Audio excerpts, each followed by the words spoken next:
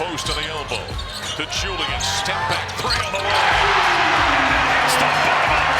Colorado is on top by 4. Well, it was a successful opener. Buffs win by 20 in their opening game of the season over Eastern Washington, 76-56. Voice of the Buffs, Mark Johnson. Trevor Baskin joining us. New player, transfer for Colorado. Well, your first chance. I saw you in the training room before the game. You look like a kid on Christmas morning, right? Yeah, I really was. I mean, I was telling the radio guys, this is something I've dreamed about as a kid, wearing Colorado on my chest and the black and gold, and it was just something I took a couple moments warming up and just to soak in the moment and enjoy the Buff fans and everything I've been experiencing. Now, he's from right down the road, down in Arvada. So how many games did you come to games as a young man? Definitely, yeah. There was a lot of games I came to watching with family, friends, and stuff like that. I remember watching Josh Scott, Andre Roberson, all the former Buffs and stuff. So it's definitely a full circle moment seeing all those historic plays, and now being able to play on the court is something that's pretty cool. All right, from a team standpoint, a little bit of a slow start tonight.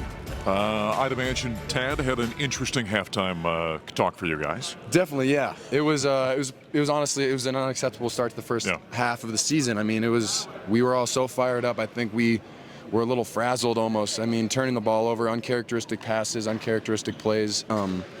And we really kind of started to figure it out towards the very end of the first half, and then we were able to take on that momentum and carry it on to the second half, and I thought we did a great job in the second half. It seemed in the first half, you're kicking the rust off a little bit, getting over the jitters and all the newness of all this. What do you like about this team? The one thing that strikes me, seeing you guys play for the first time, a lot of interchangeable parts, a lot of length on this team, right? This could be a dangerous basketball team. Definitely, yeah. I mean, I think that's really one of our strong suits is that we have 6 or 7 guys that are 6'9", 6'8", long, and can do everything on the court. And I think that is where we can cause a lot of issues, is that we can switch 1 through 5 at a lot of times, and we have the ability to defend. And we have, so many tall, lengthy players that it alters a lot of shots. And yeah.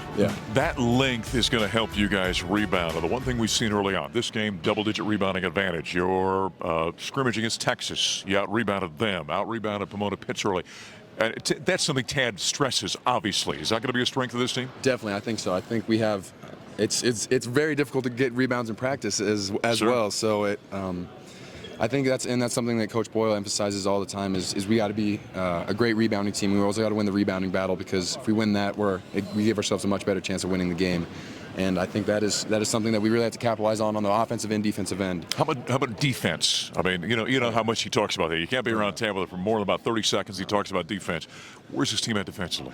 We got a lot of room to improve. And there was a couple plays where I was undisciplined and put my hands down, and we definitely have to work on our communication. Just talking 1 through 5, I think there was a lot of times where we left certain things unsaid, and then it led to a breakdown. But I think we really started to pick it up in the second half. I mean, obviously it's the first game of the season, so we got a lot of room for growth, and I think this can be an unbelievably gifted and amazing defensive team. But we got a lot of room to go. You know, I know it's one game. Do you understand what your role is in this team? What you kind of, you've come here, you've got great length, you can post up, you can hit shots from outside. What's your role going to be, do you think? Whatever Coach Boyle needs me to do. I know he really wants me to be on the offensive glass and pushing it transition like I try to do as often as possible, and really just trying to be a utility knife, a plug-and-play player. If he needs me to be on the perimeter, I'll come off ball screens and do that. And sometimes I was playing the small ball 5 a little bit today, so I'll do it anything and everything to help this team win. Can you imagine, even when you think back 12 months ago, right? You're still at Mesa, Player of the Year in the RMAC, and now you're here for the Buffaloes, talking after a nice victory. Oh yeah, I accidentally cursed in the media room on accident, so that was something that was new for me. It was in my old one they would be able to edit that out. So now I gotta figure that out. But yeah. Who's your favorite Buff of all time? I mean, I feel like I have to say Derek White now. Sure, you could, yeah. As an RMAC, as representing an RMAC, right. And as a Buff now, I think that's got to be my Buff, favorite Buff. But Deshaun Schwartz is a great guy that I've gotten to know this summer, and I really like him. I remember watching him a lot. His famous shot against Dayton. Oh, phenomenal.